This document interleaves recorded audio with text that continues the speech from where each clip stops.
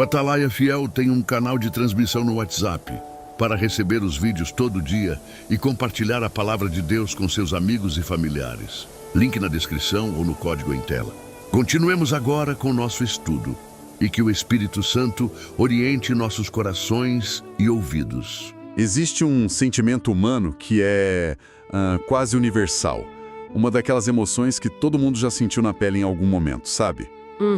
Com certeza. Mas que atinge, assim, profundezas quase inimagináveis quando toca a esfera da nossa fé, né? A decepção. É uma palavra pesada. Muito pesada. E aí a gente se pergunta, o que acontece quando as maiores esperanças de uma vida inteira parecem desmoronar? Aquelas expectativas construídas com lágrimas, com renúncias. Exato. Sacrifícios e orações fervorosas que simplesmente parecem ruir diante dos olhos. Como a mente humana reage quando a fé é testada pelo mais amargo, pelo mais absoluto desapontamento? É uma provação e tanto para o espírito. É exatamente sobre essa jornada que começa numa dor imensa e termina em uma maravilhosa descoberta que a nossa imersão de hoje vai tratar. O foco desta nossa análise profunda é a imersão devocional, o grande conflito, focando no capítulo 23. Intitulado O Santuário. Isso mesmo. A missão de hoje é quase como uma investigação, sabe? Um mistério histórico e espiritual. Queremos compreender como um grupo de pessoas lá no século XIX conseguiu transformar uma decepção esmagadora na chave para uma das descobertas teológicas mais belas sobre a graça. Sobre a justiça também.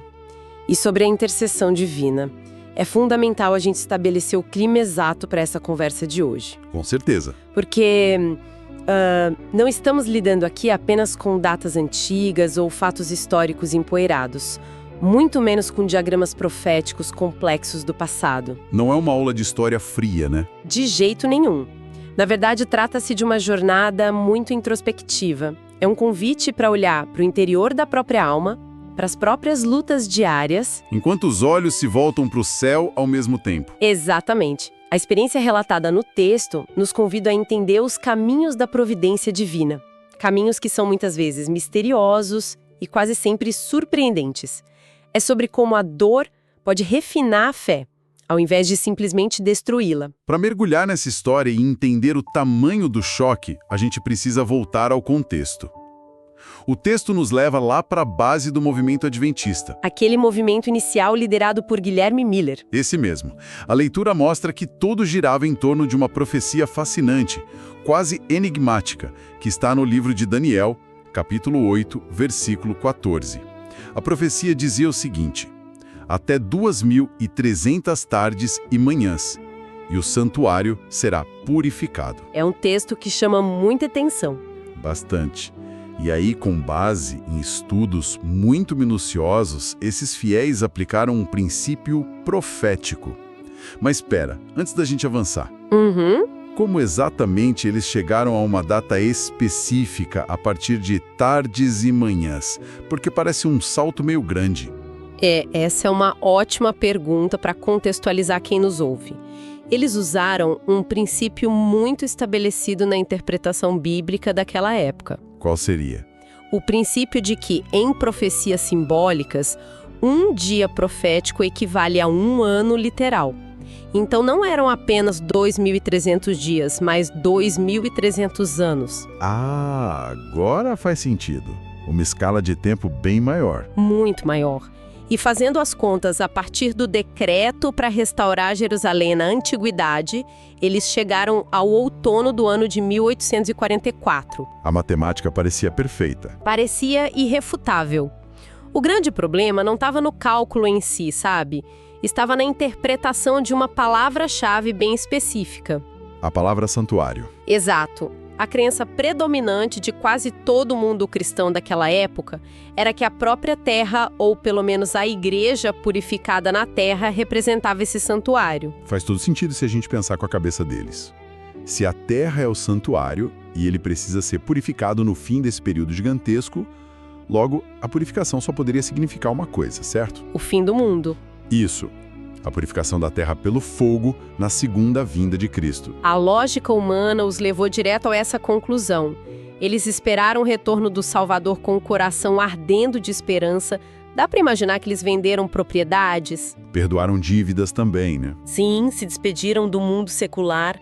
Imagina a cena, multidões reunidas, olhando para os céus, aguardando o momento em que a história humana finalmente seria redimida. Nossa, a tensão deve ter sido absurda. E o tempo foi passando, as horas avançaram, o sol se pôs, a noite fria chegou e o dia terminou. Cristo não voltou. Não, o silêncio do céu deve ter sido ensurdecedor. A dor desse momento deve ter sido indescritível. Sabe, é muito fácil hoje a gente olhar para trás e julgar. Mas quem nunca colocou todas as fichas numa esperança para depois ver tudo desmoronar? O choro daquelas pessoas naquela noite de outubro ecoa até hoje na história religiosa. Certo, vamos desvendar isso. Porque a natureza humana geralmente dita que quando uma previsão dessas falha miseravelmente, o grupo se desfaz. É o padrão normal. As pessoas vão para casa com vergonha, abandonam a fé e o movimento acaba ali mesmo. Mas não foi isso que aconteceu com os pioneiros relatados no livro. Qual foi a atitude que eles adotaram no meio dessa dor tão excruciante? Essa é a parte que revela uma resiliência espiritual incomum. Diante de uma decepção que teria destruído movimentos inteiros e gerado um cinismo profundo na maioria das pessoas, um grupo daqueles crentes tomou uma decisão crucial. Eles não desistiram. Eles não culparam a palavra de Deus.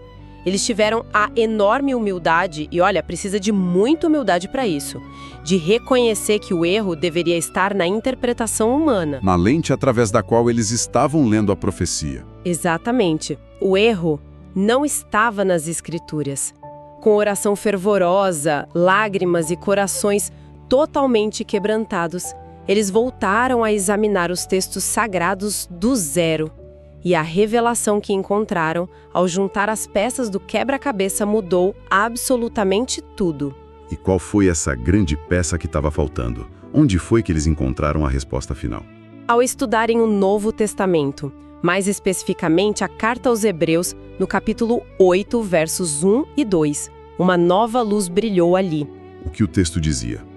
O apóstolo Paulo fala de um sumo sacerdote que se assentou à direita do trono da majestade nos céus, servindo no santuário, abre aspas, no verdadeiro tabernáculo que o Senhor erigiu e não o homem, fecha aspas. Nossa, o choque deve ter sido imenso. Perceber que o verdadeiro santuário, o palco central da redenção, não era a terra, de forma alguma. O verdadeiro santuário era o majestoso templo de Deus no céu. E o santuário terrestre, então? Aquele que Moisés construiu no deserto. Aquele tabernáculo, com todos os seus rituais detalhados e sacrifícios, era apenas uma miniatura. Era uma sombra, uma maquete. Uma ilustração visual dessa realidade celestial. É uma mudança de perspectiva que simplesmente expande a mente. Eles estavam olhando para o chão, esperando algo acontecer na terra, quando deveriam estar olhando para cima, para o que estava acontecendo lá no céu. E o texto do grande conflito não economiza em descrever isso. Os detalhes visuais e espirituais mencionados nas fontes são de tirar o fôlego mesmo. O livro menciona, por exemplo, o vislumbre que o apóstolo João teve e registrou no livro do Apocalipse, capítulo 11, versículo 19. A cena é épica. João descreve o templo de Deus se abrindo lá no céu, e lá dentro, no lugar mais sagrado de todos, é vista a Arca da Aliança. O móvel mais importante de todos. Tábuas de pedra com a lei de Deus, os famosos 10 mandamentos. Isso mesmo. E cobrindo essa lei, funcionando como uma tampa, estava o propiciatório. Mas o que exatamente era isso e por que é tão importante nessa análise profunda? O que é fascinante aqui é entender esse simbolismo profundo de uma forma simples. Dá para pensar no propiciatório não como uma palavra teológica complicada, mas literalmente como uma tampa mesmo. Uma tampa de ouro maciço que fechava a caixa onde estava a lei. Perfeito.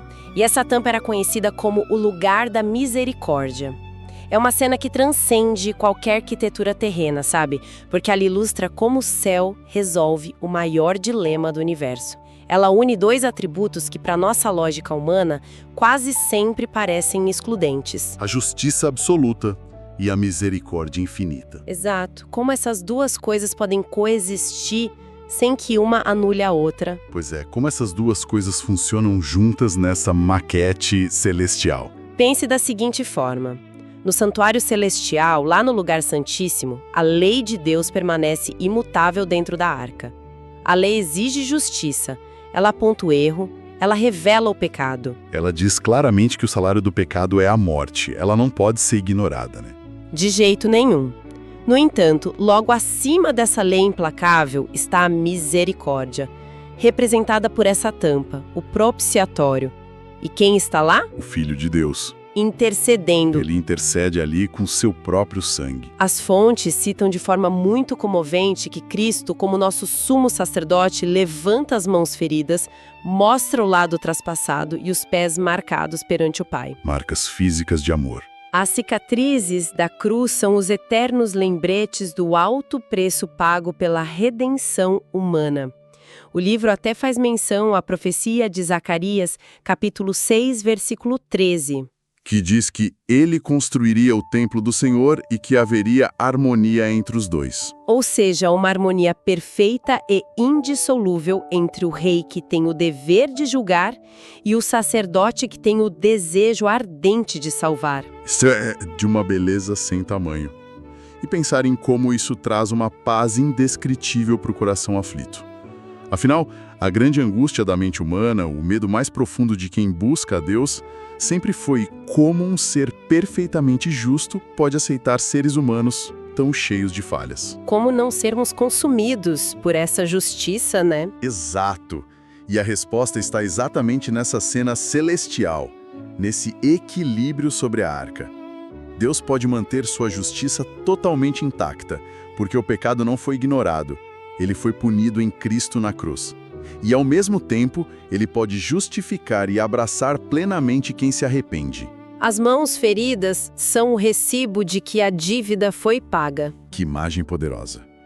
Mas para a gente compreender realmente o peso e a mecânica do que acontecia nesse santuário, a fonte nos orienta a olhar de perto para o modelo terrestre. Como funcionava, na prática, esse ciclo de adoração no antigo Israel? Essa é a chave mestre para entender o ano de 1844. Para entender a purificação do santuário celestial, a investigação precisa focar no que ocorria no santuário terrestre, no chamado Dia da Expiação. O dia mais sagrado do calendário deles. Detalhado no livro de Levítico. Era o evento máximo, a obra final do ano religioso. Imagine a rotina diária. Durante todo o ano, dia após dia, as pessoas pecavam, se arrependiam, levavam um animal para o sacrifício e confessavam seus erros. E o que acontecia com esses pecados? Eles eram, de forma figurada e simbólica, transferidos da pessoa para o santuário, por meio do sangue desses sacrifícios. Ou seja, ao perdoar o povo, o santuário acabava ficando simbolicamente carregado e contaminado com todos os pecados da nação acumulados ao longo do ano inteiro. Exatamente. É como se a sujeira espiritual ficasse toda armazenada ali. Então chegava uma hora em que o próprio santuário precisava de uma faxina espiritual, certo? Uma faxina profunda. Uma vez por ano chegava o dia da expiação, o dia da purificação. O sumo sacerdote entrava no lugar santíssimo, a sala mais restrita de todas, para fazer essa limpeza. E o rito envolvia uma figura muito peculiar. O bode emissário. Ou bode expiatório, como muitos conhecem. Sim, descrito no capítulo 16 de Levítico. O processo era muito dramático. Após a expiação e a purificação do santuário terem sido feitas com o sangue de um sacrifício ao Senhor, o sumo sacerdote saía, colocava as duas mãos sobre a cabeça de um segundo bode. Um bode que ainda estava vivo. Isso, um bode vivo. E confessava em voz alta todos os pecados de Israel, transferindo aquela carga de culpa do santuário para o animal. Esse bode era então levado por um homem para o deserto, para uma terra solitária, levando os pecados para longe do acampamento para sempre. Uma remoção física e final, ilustrando a erradicação do mal. Aqui é onde a coisa fica realmente interessante, porque a leitura das nossas fontes deixa muito claro que esse dia da expiação não era apenas um teatro. Não era um evento externo onde o povo ficava assistindo de braços cruzados na arquibancada. De jeito nenhum. O que esse dia exigia de cada habitante de Israel era algo muito profundo. Não era um dia festivo de alegria solta. Era o dia mais solene, o dia mais sério de todo o ano. A lei exigia jejum absoluto, oração intensa e, acima de tudo, uma profunda sondagem do coração. Todo e qualquer negócio secular parava completamente. Não se plantava, não se colhia, não se comprava nada. A atenção de toda a nação, do maior ao menor, se voltava para o santuário. Aqueles que não afligissem a própria alma nesse dia, que não levassem a sério esse autoexame, seriam banidos. Era um momento de tensão e reverência extremas. Passivos do nosso estudo. Um convite direto para os dias de hoje. A grande pergunta é: como seria aplicar essa sondagem profunda do coração na agitação frenética do mundo moderno? Nossa, é difícil até de imaginar hoje em dia.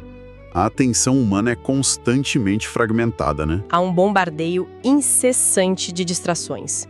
Ruídos, notificações de celular, telas brilhantes e entretenimento contínuo. O texto aponta essas coisas como armadilhas silenciosas que servem para entorpecer as percepções espirituais. O dia da expiação antítipo, ou seja, a grande realidade celestial da qual aquele rito no deserto era apenas um rascunho, exige um autoexame verdadeiro.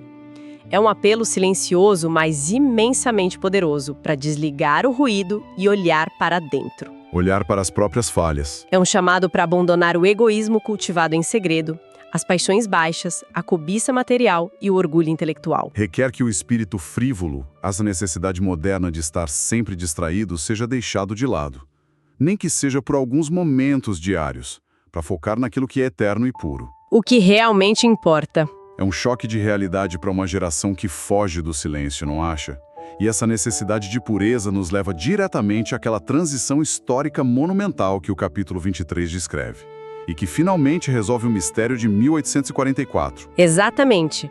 O texto nos mostra que, baseando-se nas profecias de Daniel, os pioneiros entenderam que, após sua ascensão ao céu, Cristo ministrou por longos 18 séculos no primeiro compartimento do santuário celestial. O lugar santo. Isso. Lá, ele pleiteava seu sangue perante o Pai, garantindo perdão diário aos pecadores arrependidos, assim como os sacerdotes faziam no ritual diário na terra. Mas ao final daquele longo período profético de 2.300 tardes e manhãs, o serviço mudou. A fase final começou. Ele passou para o lugar santíssimo, o Santo dos Santos, para realizar aquela grande obra final, o equivalente ao dia da expiação, a purificação do santuário celestial. Mas como exatamente funciona essa obra final de purificação no céu, já que não tem um bode literal lá em cima para levar os pecados? Se ligarmos isso ao panorama geral do grande plano da redenção, a compreensão se torna cristalina. A purificação celestial envolve a investigação, a remoção e o apagamento definitivo dos pecados que estão registrados nos livros celestiais. O grande conflito esclarece que o céu mantém registros perfeitos, certo? Perfeitos.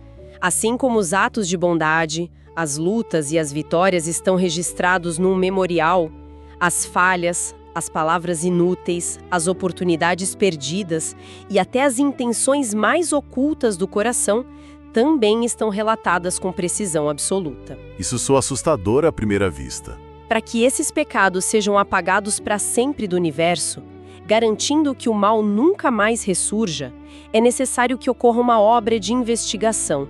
A teologia chama isso de juízo investigativo. Um exame minucioso e transparente dos registros da vida daqueles que professaram fé. Isso ocorre antes do retorno de Cristo em glória. A lógica bíblica é irrefutável aqui. O livro do Apocalipse, no capítulo 22, cita as palavras finais de Jesus.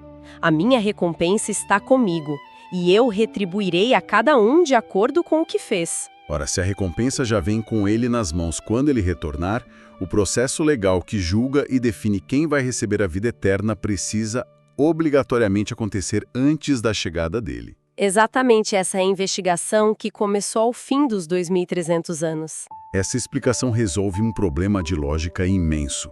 E é maravilhoso notar o consolo, o respiro de alívio espiritual que essa doutrina traz quando compreendida da forma correta. Porque, vamos ser sinceros, para a grande maioria das mentes, a palavra julgamento invoca imagens terríveis. Um tribunal escuro, um juiz severo procurando motivos para condenar. Exato.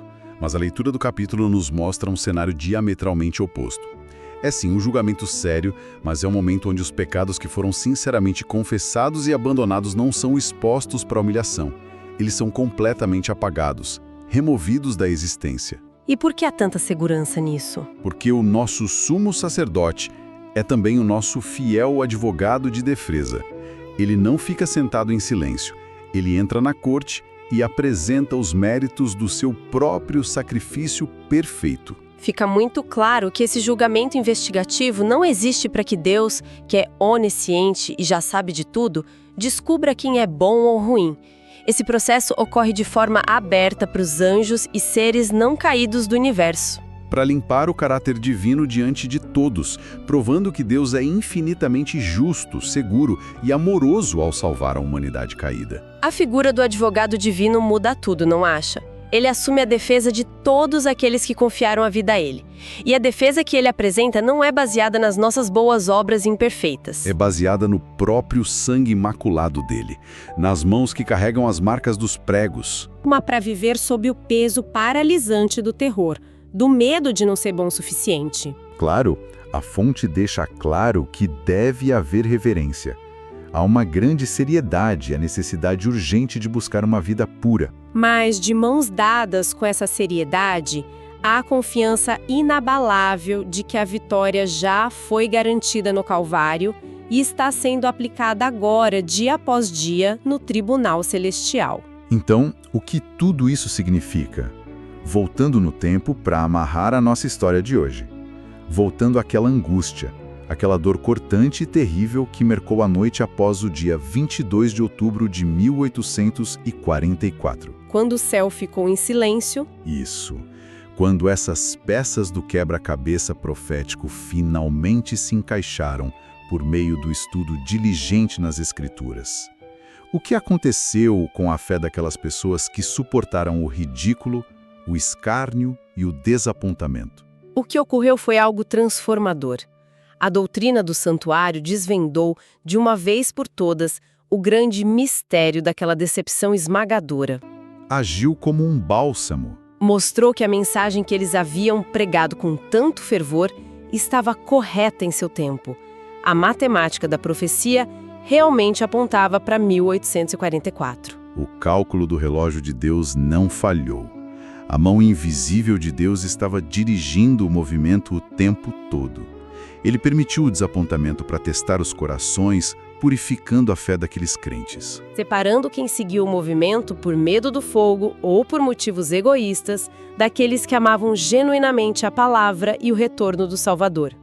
O erro não estava no cálculo do tempo, mas na expectativa da natureza do evento. A grande purificação não ocorreu na terra material, como eles presumiam. Essa data inaugurou a fase final e gloriosa do ministério de Cristo no céu. O desapontamento foi o catalisador necessário para aprofundar as raízes na Bíblia. E descobrindo um sistema de verdades maravilhoso e completo. Fazendo uma ponte direta com a vida espiritual diária para a nossa realidade de hoje, há uma lição monumental escondida aqui. Quantas e quantas vezes a mente humana passa exatamente por isso? Esperamos, oramos e até exigimos que o agir divino se manifeste de uma forma muito específica, no nosso mundo particular. Queremos que Deus resolva nossas expectativas materiais no prazo que nós mesmos estipulamos, que cure dores terrenas do jeito que planejamos. E quando a vida acontece e o relógio bate a hora e nada muda, a dor e a dúvida surgem com uma força enorme. Mas, assim como aqueles pioneiros descobriram em meio às lágrimas, é reconfortante saber que, muitas vezes, no silêncio da nossa decepção, Deus está realizando uma obra infinitamente mais profunda, invisível aos nossos olhos físicos. Trabalhando silenciosamente em favor da salvação final, tecendo os fios da história para um desfecho glorioso que vai muito além de qualquer gratificação passageira. Essa é a verdadeira essência de uma fé que foi provada no fogo. A passagem de uma religião focada em alívios da terra para uma fé madura, ancorada nas realidades eternas do céu. O capítulo 23 do Grande Conflito não entrega apenas um relato histórico. Ele deixa um legado espiritual. A figura reconfortante de um mediador vivo. A lição central serve para nos lembrar, diariamente, que nas lutas exaustivas contra as próprias falhas e o peso das tentações modernas, ninguém está caminhando sozinho. Existe um advogado pleiteando por cada vida neste exato segundo. A cada confissão sincera no silêncio de um quarto, a cada lágrima invisível de arrependimento derramada, os méritos do Salvador são aplicados na conta de quem clama. O juízo investigativo não é uma ameaça, é a garantia divina de que o mal será extirpado para sempre do universo e de que o sacrifício infinito de Cristo é mais do que suficiente para resgatar qualquer ser humano que deseje honestamente a libertação. Que jornada poderosa de estudo! São de estudiosos saindo do desespero absoluto para alcançar a luz celestial, compreendendo o trabalho amoroso e essencial de Jesus como o nosso sumo sacerdote. As pesadas portas do santuário terrestre se fecharam permanentemente no passado, mas os olhos da fé se abriram para contemplar as portas abertas do santuário superior. Este estudo é um lembrete vívido, um convite atual ao arrependimento genuíno e à manutenção de uma fé inabalável. Uma fé que não se baseia em sinais visíveis imediatos ou respostas fáceis na terra, mas nas promessas seguras que nunca falham. Uma mensagem de radiante esperança entrelaçada com responsabilidade espiritual. Saber que a vida inteira está sendo analisada com amor nas cortes do céu traz sobriedade. Mas saber que o juiz é o mesmo Salvador que deu a vida numa cruz enche a jornada de uma paz profunda. É o convite para trocar tesouros passageiros pela eternidade. E para coroar e encerrar definitivamente a nossa análise profunda de hoje, gostaria de deixar um pensamento final. Algo para a mente continuar saboreando depois que nossa conversa terminar.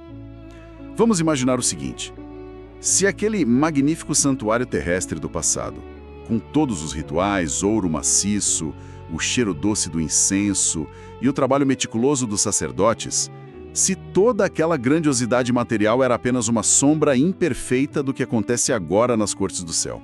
Dá o que pensar. Será que os nossos momentos mais silenciosos de oração e confissão, aquele pequeno e quase inaudível sussurro de arrependimento antes de dormir, sozinho no quarto escuro, não são também pequenos ecos que reverberam?